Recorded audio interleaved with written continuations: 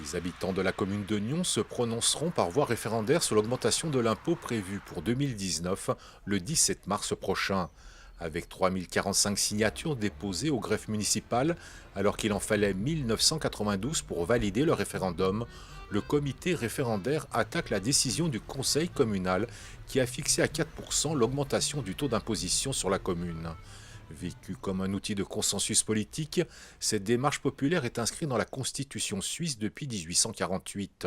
La population d'un canton ou d'une commune peut ainsi contester par référendum tout acte législatif fédéral, cantonal ou communal. Je pense qu'il faut voir deux choses. Il y a d'abord les référendums qui existent parce qu'à la suite d'une décision positive des autorités, la population dit non, nous on n'est pas d'accord et il faut voter. Et le référendum est quand même souvent une machine à dire non pour des sujets un peu difficiles. Mais il y a aussi tous les cas où on va tenir compte de l'opinion publique en amont. Ça veut dire qu'on va peut-être modifier un petit peu le projet de manière à éviter le référendum. Ça veut dire que le référendum a aussi, ou la crainte du référendum, invite les autorités à prendre bien davantage en compte l'opinion des citoyens. Autre instrument de démocratie directe, qu'elle soit fédérale, cantonale ou communale, est l'initiative populaire.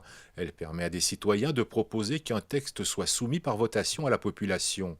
Au niveau fédéral, et pour être validée, elle doit recueillir 100 000 signatures en 18 mois.